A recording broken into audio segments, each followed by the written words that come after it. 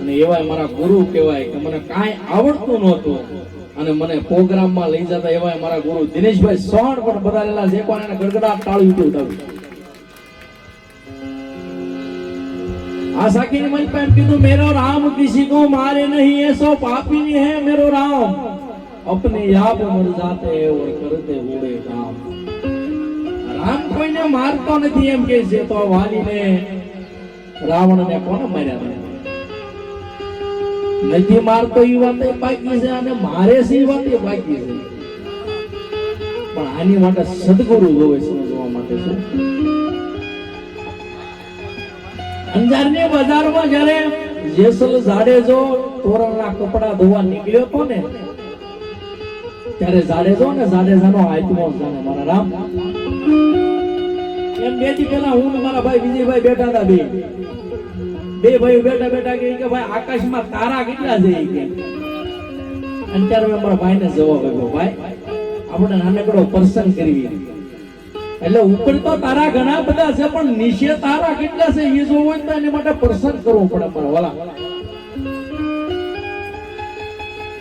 એ તો વિજયભાઈ એકલા એને મહેનત કરી વિજયભાઈ નો આત્મો જાણે ભાઈ. એક શમશાન બનાવવાનું હતું એટલે બધા ભેગા ગયા હું કામનો માલપા એટલે કોક એમ કે અહીંથી કે પાણી આમ બાંધજો અને કે અહીં પાણી બાંધજો અને આમ કરજો એટલે ઉછી લેજો અહીં દરવાજો મૂકજો. અને ત્યારે જે ભાઈ ને સલાહ દેતો હતો ને એ ભાઈએ પૂછ્યું ભાઈ તારો ફાળો કેટલો લખો કે ભાઈ મારો ફાળો જાજો ન લગાવો 25 રૂપિયા લગ નહીં કે ભાઈ.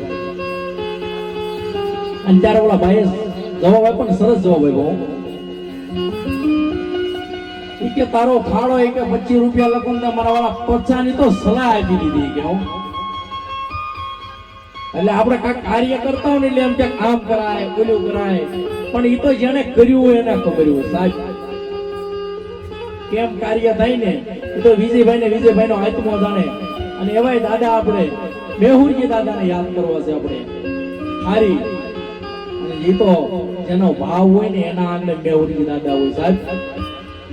અને આપણે આ ધૂન મંડળ ગારિયાધારમાં ચાલુ કર્યું છે. આ બધા કલાકારો મિત્રો કોઈ પૈસાના ઓલેથી નથી આવ્યા નિસ્વાર્થે આવ્યા છે અને જે કાંઈ આ મંડળમાં જે કાંઈ પૈસા ઉડે આ મંડળમાં જવાના છે. એટલે ફૂલ નહીં તો ફૂલને પાકડે ઉછળજો મારવાળા. જ્યારે 1200 સન્નુની માલપા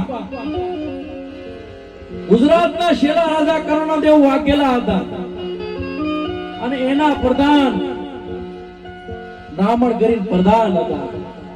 જ્યારે દિલ્હી થી ફરતા આવ્યા અને જ્યારે પાટણ ભાંગ્યું ને તેથી એને ભરૂચ માટે નજર બગડી કે ભરૂચ ની માલપા જઈ અને આપણે મેહુરજી ના બેન દીકરીઓની કે માંગણી કરવી કે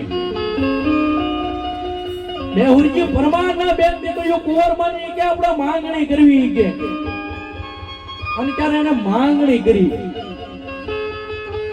અને ત્યારે મેહુરજીએ કેસરિયા કરવાનું નક્કી કર્યું કે આપણા રાજપૂતો ઓછા છે કે પણ કોઈ આપણે કેસરિયા કરવા છે કે અને મેહુરજી કેસરિયા કરે છે. એને ખબર હતી કે આપણે આ કેસરિયા કરવાના છે કે આપણે હાર નક્કી છે કે કોઈ કેસરિયા કરે છે અને યુદ્ધ થાય છે ત્યારે બેની દીકરીઓ સતીઓ થઈ જાય છે. એના સાથીઓ હતા ભીમદેવ વાઘેલા, રામદેવ સોલંકી, ઘણા બધા એના સાથીઓ તો તમે ખારી જાવ તો ખારી ખાંભ્યું છે એની 7 સાથીઓ છે એમાં કુંવરબાઓ આવે છે. અને ક્યારે ખારીની મલપા સંત મહાદેવાય કાશીરામ બાપુ લખતા હોય અને મેહુર દાદા વિશે મારે વેવને ગાયું હોય ત્યારે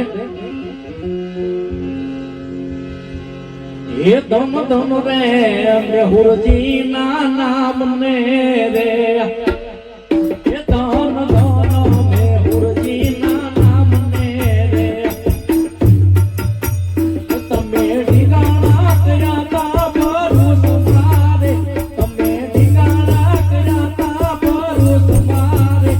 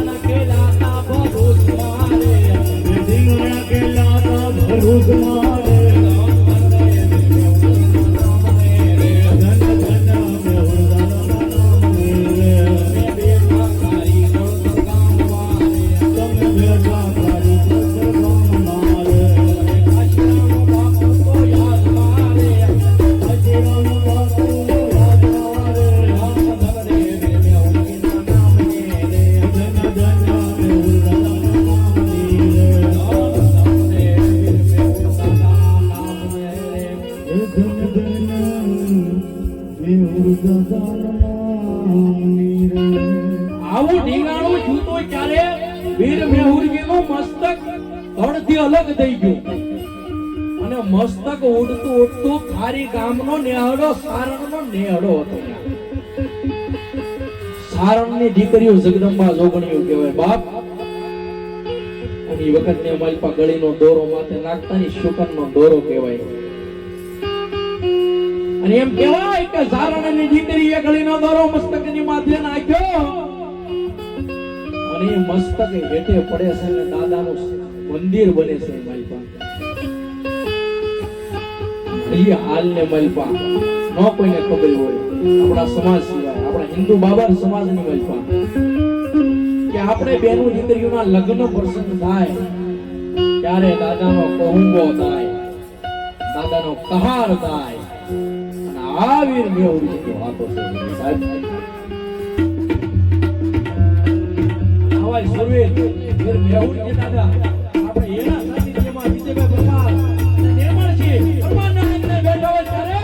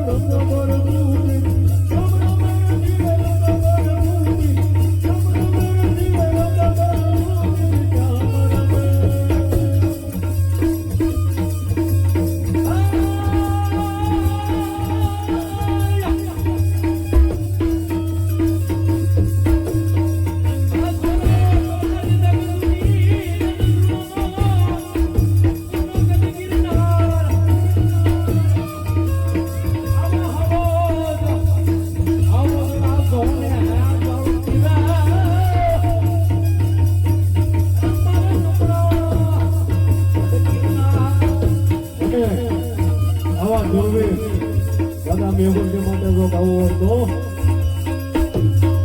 પ્રભુજી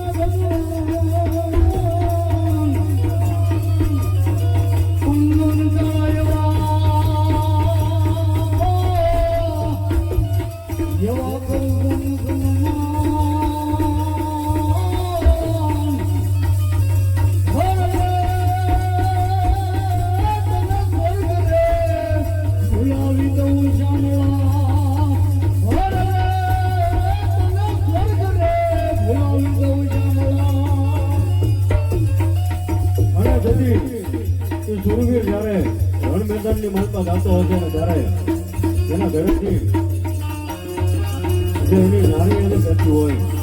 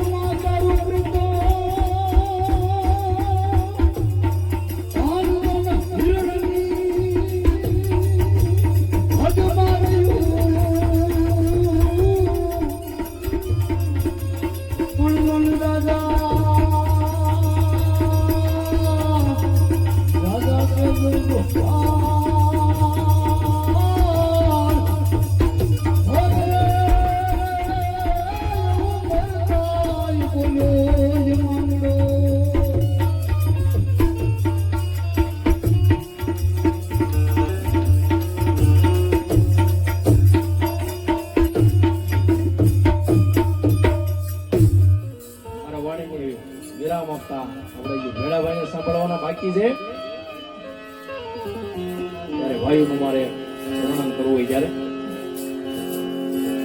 હેજી મંગલ ઘડી મે માન તૈયન મન કહો આવી મળે મન હકાવલા માં હોવ કોઈ પણ મારા ભાઈ વિનાનું ન પડે આવી દે અને એનો દેખાય પ્રસંગ દુબળા એ તો ઉડે કાળા કાગડા યા જા જુઓ ત્યાં જગતમાં પણ આપણાઈ આપણા ભાઈ આપણાઈ આપણા અને કવિ એક દોહો લખ્યો દશરથ તારા દરબાર ઇન્દ્ર પણ જેની આશા કરે ભાઈઓ વગરનું બેકાર ભરતને કડવું લાગે કાગડા આપણે વાણીને વિરામ આપતા બોલ વીર બેહુર દાદાની જય સતી કુંવર જાયની જય સનાતન ધર્મની જય अपने अपने मात पिता की जय ओम नमो पते पार्वती पते हर हर महादेव।